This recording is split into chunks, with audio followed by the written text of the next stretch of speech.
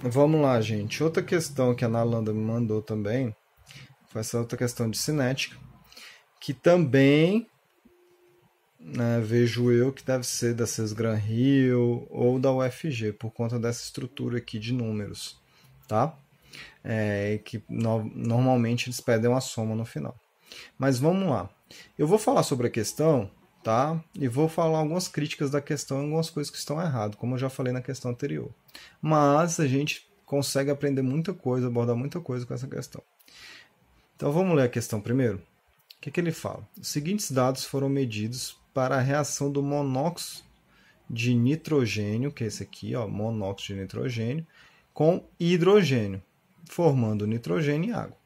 Primeira coisa aqui é que hoje não se faz mais em relação ao uso da nomenclatura ou uso da linguagem química. Esses estados físicos aqui, eles têm que vir na mesma fonte, na mesma linha da fórmula química. Ele não pode estar subscrito. Ponto. Então, na questão me dá um quadro, e quem estudar cinética química vai ver que isso aqui é muito comum, tá? Em questões, até para o estudo de cinética química, tá? E aí esse quadro me dá o quê? 3 experimentos, 3 concentrações diferentes de cada reagente, ó. Concentração desse reagente, concentração desse outro reagente. E a velocidade em que houve essa reação. No caso, essa reação é uma reação irreversível, tá? Então, os produtos não vão se combinar para formar os reagentes. Os reagentes se combinam e formam os produtos. Ok? Então, vamos lá. O que se pede? Considerando observações experimentais, ou seja, o quadro, e conhecimento sobre o assunto, assinala o que for correto. Primeira questão que eu quero criticar aqui, que está errado na questão, tá? Quando a gente fala de gás, a gente normalmente não fala em concentração com colchete e normalmente não falamos em mol por litro. O que a gente aplica aí? A gente diz que a concentração de gás ela é dada pela pressão, certo? Pela pressão, e normalmente essa pressão em bar. Pode ser dada em ATM, essas coisas, mas normalmente em bar, tá? Pascal também pode aparecer. E a gente não usa esse colchete como símbolo de gás, a gente usa um P, certo? E a fórmula química correspondente da substância, no caso aí pode ser PNO, certo?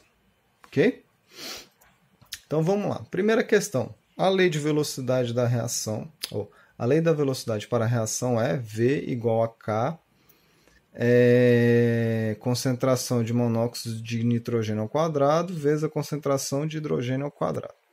Essa questão está errada, tá?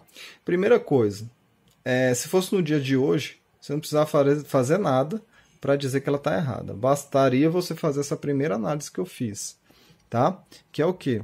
A gente não mostra concentração de gases por colchete, tá? A gente usa o P subscrito à fórmula química, como eu mostrei ali embaixo, tá bom? Mas vou considerar isso como se tivesse como se eu não considerasse essa nomenclatura que eu falei para vocês anteriormente, tá? Como se isso aí fosse mol por litro, essas coisas mesmo. Eu fiz aqui no papel, certo? Para ficar mais rápido a explicação, como que deve ser a nossa análise. Então, primeira coisa que eu tenho que considerar, quem estudar cinética química vai saber disso, é o quê? Que essa reação é a reação elementar, para eu fazer essa análise. Como que eu faço isso? Uma reação elementar é aquela reação que acontece em uma única etapa. Se essa reação é a reação elementar acontece em uma única etapa, eu posso fazer a análise que eu vou fazer aqui embaixo. Se não, eu não posso. Por quê? Eu tenho que conhecer todas as etapas, ou essa lei de velocidade, certo? Que aqui eu chamo de taxa de reação, ou lei da taxa de reação, ou a lei de rapidez da reação. Ela é dada empiricamente, ou seja, a gente tem que fazer o experimento e medir as velocidades, de acordo com o consumo dos reagentes e a formação dos produtos. Então vamos lá, eu vou considerar que isso aqui que essa reação seja uma reação alimentar. Como que a gente faz a lei da taxa de reação ou a lei da rapidez de reação para essa equação química? Primeira coisa que eu vou escrever é isso aqui, ó. Taxa de reação, Tx, igual a K. K é a chamada constante de velocidade, vezes P, a pressão de monóxido de nitrogênio, P, vezes a pressão do hidrogênio. Certo? Então, como que eu vou fazer aqui? Para que, considerando que seja uma reação elementar, a gente constrói essa lei de velocidade colocando Tx, reação igual a constante de velocidade vezes a pressão do nitrogênio elevado ao quadrado. Por que esse quadrado? Onde saiu esse 2? Do coeficiente aqui da equação química. Vezes P, ou a pressão do hidrogênio, e colocamos também o 2 em cima, certo? Caso essa reação fosse elementar. Mas como que a gente vai fazer isso, professor, se ele não falou que é elementar? Se ele falasse que é elementar, esse aqui ia ter um 2 aqui em cima. E por que não tem? Agora vocês vão entender. Porque a gente pode fazer essa análise olhando para os experimentos. Quais experimentos? Esses aqui, ó, da tabela. O que a gente observa aqui? Ó?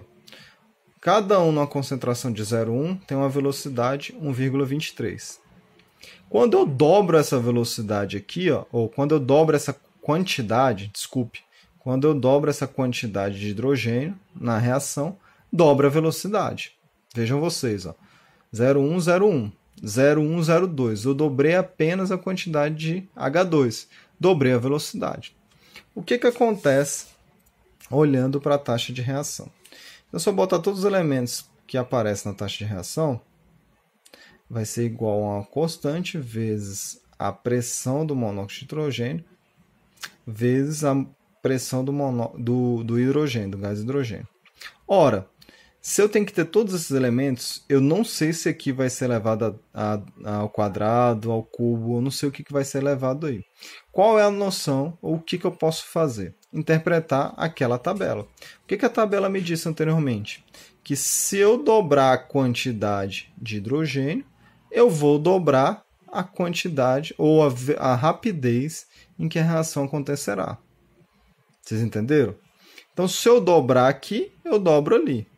Logo, o que eu posso pensar? Aqui não pode ser o quadrado. Porque se fosse ao quadrado, o que aconteceria? Se eu dobrar a pressão desse hidrogênio, ou a concentração desse hidrogênio, teria que acontecer o que na taxa de reação? Quadruplicar. Se aqui fosse ao cubo, se eu duplicasse essa quantidade, 2 elevado ao cubo vai dar o quê? 8, não é isso? Então teria que ser 8 vezes a inicial, de acordo com o experimento 2, ok? Agora olhando o experimento 3. Quando eu dobro a quantidade de monóxido de nitrogênio com a mesma quantidade que eu tenho lá de hidrogênio, o que acontece com a reação? Comparando 3 com 1, ela 4 vezes maior, certo? O que eu posso olhar aqui para a taxa de reação? Ora, se eu dobro aqui a pressão, a quantidade de monóxido de nitrogênio, se eu dobrar essa quantidade, a velocidade, a taxa de reação, ela quadruplica, 4 vezes maior que a inicial. Então, possivelmente, eu tenho um quadrado aqui, porque 2 ao quadrado vai dar 4. Então, a taxa de reação, ou a lei de velocidade, a lei de rapidez para essa reação, é essa aqui. O experimento 2 me disse que a pressão do hidrogênio não é elevada a nada, porque se eu dobrar aqui, dobra. Se eu triplicar aqui, triplica.